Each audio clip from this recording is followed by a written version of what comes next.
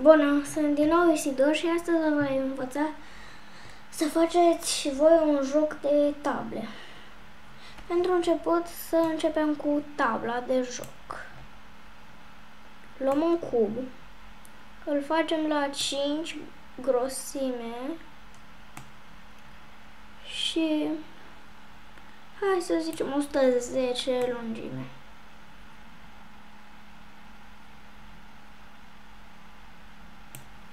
Bun.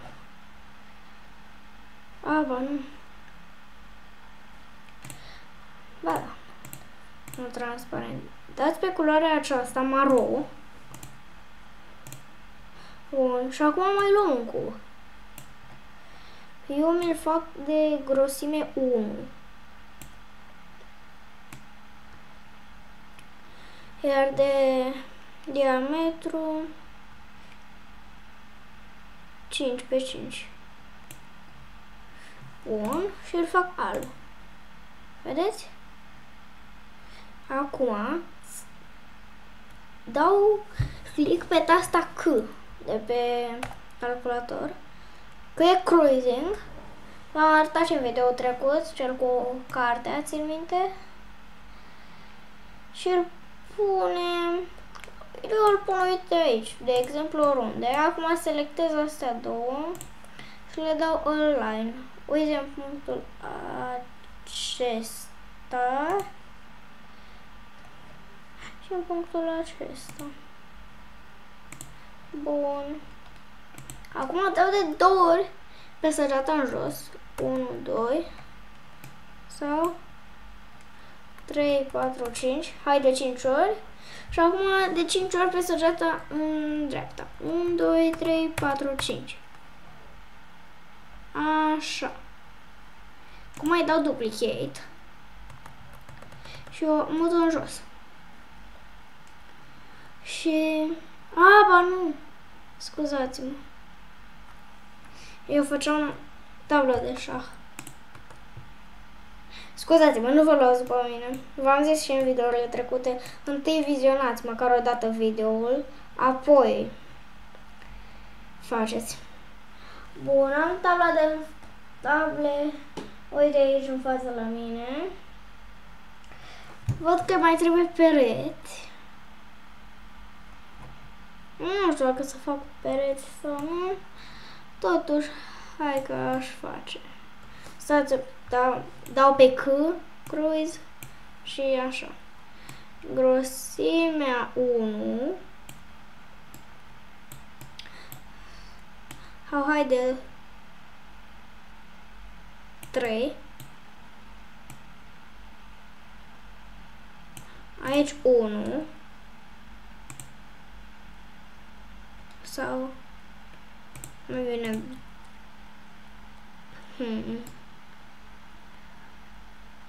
Haide tot 3.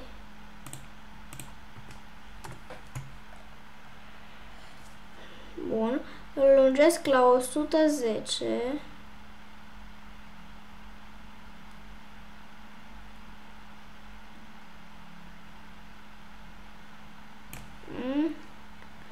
Aici reglez din nou la 3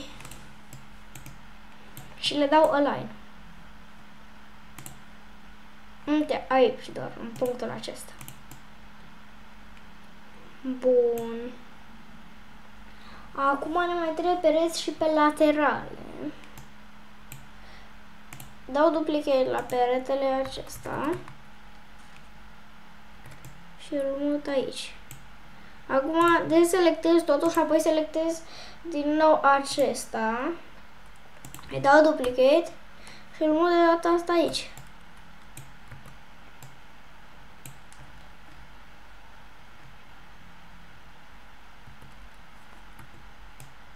Nu merge. La acesta a mers, nici la acesta nu pare să fi mers. Atunci dau astea, align, și acum vă mai învăț ceva la align. Dacă dau click pe tabla asta maro, orice s-ar fi întâmplat cu align-ul, tabla maro nu se va mișca, se va mișca doar peretele roșu. Așa că dau click aici, că nu vreau să se miște tabla, și așa. Acum selectez astea două și facem la fel. Dau click pe tablă, asta să nu uitați, și gata. Bun. Acum selectez peretele ăsta, ținem apăsat tasta Shift și apăsăm și pe peretele ăsta. Dau duplicate și o mut, uite așa. Și acum le selectăm pe toate și dau grup. Vedeți? Acum mi-a rămas tabla asta. Acum pentru a face, știți voi, și triunghiurile, vedem, trebuie să dăm un pic în grup. Ca să dați în grup, să vedeți un singur lucru și apoi să se dea grupul la loc, dați dublu click pe formă. E foarte bine. Uitați, de exemplu, asta să nu faceți și voi. Un exemplu, vedeți? Ăsta îi dau duplicate și îl mut aici. Acum selectez cuburile, le dau grup. Vedeți? Acum dau dublu click, repede. Selectez cubul, îl fac mai lung și acum dau un click în afară și își dă grup singur. Așa o să fac și cu tabla asta. Vedeți? Bun, acum văd grosimea tablei. Bun, e de 5. Și acum dau un click în afară. Bun, grosimea tablei e de 5. Atunci luăm din ăsta. Rotim la minus 90 de grade.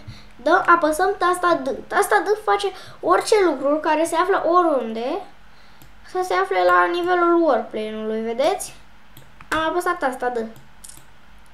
Sau uite, să zicem că l-am mutat, uite aici, apăs D. Sau în jos. Așa merge, D. Sau între. Merge și așa. Pa. Așa.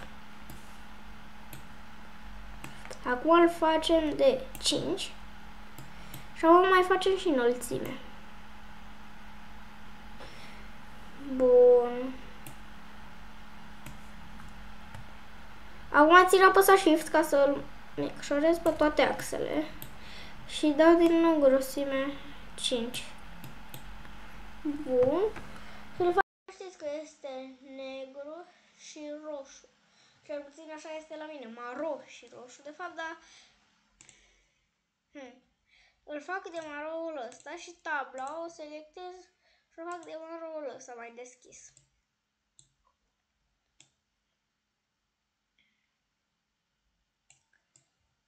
Bun. Acum trag de aici de sus un workplane tool, se numește, și îl pun, uite aici.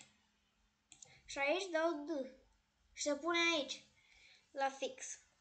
Acum, la setting, nu la settings, la snap grid, dați 0,1 și înălțiți ăsta până la 5,10. De fapt e bine la mine. 5,10, că se vadă doar puțin deasupra tablei, dar nu mult. Așa. Și acum, ca să pun workplane-ul la loc, asta vreau, trag din nou un workplane și îl pun aici până apare albastru. Așa. Vedeți? Așa. Acum asta o mut. Pe un rând sunt 6 din astea. Mă miram de ce nu merge. Nu uitați să dați înapoi 1.0.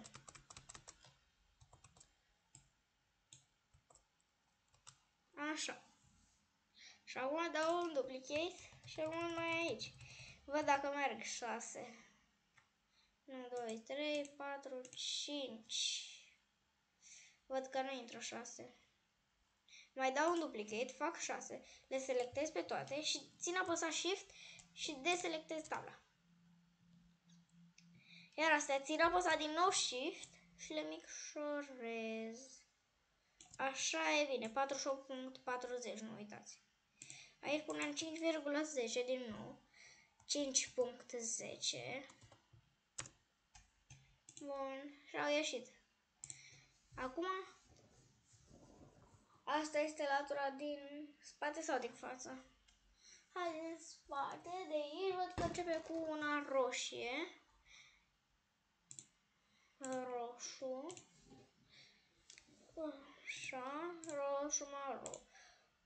Roșu, maro. Și acum facem din nou roșu. Bun.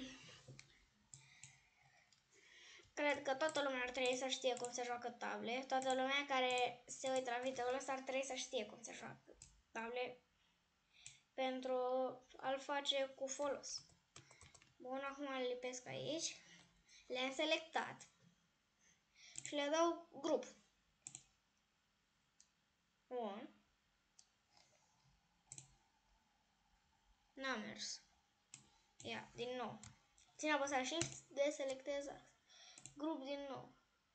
Gata, și acum dăm multicolor. Bun, și acum asta este o singură formă. Îi dau duplicate și o rotesc la 180 de grade. Bun, și o pun aici. Să văd dacă trebuie culorile invers. Nu e bine. Și acum selectez aia, țin apăsat Shift și selectez forma asta. Le dau și la ele grup. Nu, scuzați-mă. Am dat... Le-am șters. Chiar dacă faceți o greșeală, țineți apăsat Ctrl și Z. Și vă va apărea grup. Bun. Acum astea două sunt o singură formă. Multicolor nu mai e nevoie să o dăm, că e dat deja. Dau duplicate la forma asta și o duc aici. Și în capătul ăsta. Gata. Ia să văd dacă e bine. E bine. Tabla este gata. Nu, scuzați-mă. Ctrl Z. Selectez toate trei formele și le dau grup. Bun. Așa, acum haideți să facem piesele. Piesele sunt cel mai ușor de făcut. Mai că trebuie să ne uităm la... Dau repede un dublu click. Și la asta. Nu, stați un pic, aici dau în grup.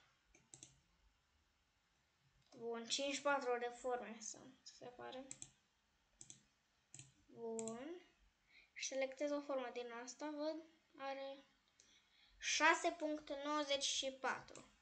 Am selectez toate formele, astea din nou, și le dau grup. Acum dau multicolor. Nu, tot n-am mers. Înainte trebuie să dau la toate astea. Țin apăsat Shift, dau ăsta, tabla, ăsta, grup. Le fac maro. Și acum dau la toate celelalte forme rămase grup, în afară de cilindrul ăsta. Țin apăsat Shift și dau. Bun, și acum grup. Și acum dau multicolor. Bun. Acum iau ăsta și îl fac la lungime de 6.94.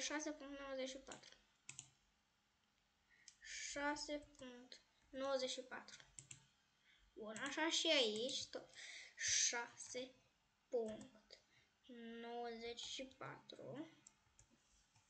Bun. Și grosimea de 1. Bun. Asta este o piesă care se încadrează fix pe cel mai de jos latură. Vedeți? Acolo. Și o facem, la mine sunt negre și albe. Fac albă. Asta. Bun. Acum dau la cilindrul ăsta sides 64. Așa. Și dau duplicate. Chiar. Dau la cuș de cruise, dau pe cruise și îl pun pe o piesă. Pe o piesă din asta de șah. Bun, dau repede un ungroup, pentru că ăsta și ăsta trebuie să le dau un align. Dau click pe ăsta pentru ca ăsta să nu se miște. Și dau aici și aici. Gata, ia. Să văd să nu se fi grupat și cu tot cu asta. Nu s-a votat. Dau control Z. Vedeți asta? O dau cu unul mai încoace, să nu stea prinsă de perete. Îi dau duplicate și o mut aici. Vedeți? Și fac tot așa. 1, 2, 3, 4. Bun, acum țin apăsat Shift și le selectez pe toate astea. Bun, sunt 6. Le dau duplicate și le mut aici.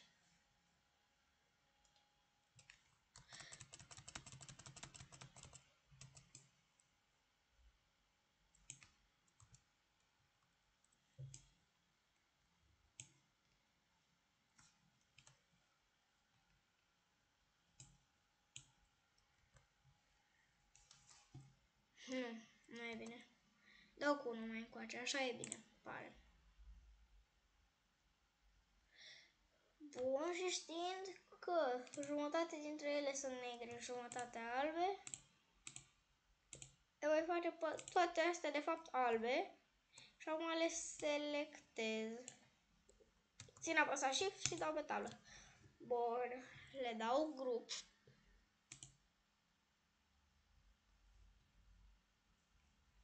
Și duplicate. Le pun, uite aici. Așa. Și bag negre. Bun, acum cred că este bine. Așa că dăm la toate chestiile astea grup. Bun. Și acum dăm aici la titlu joc de table. Joc de table. Enter. La revedere!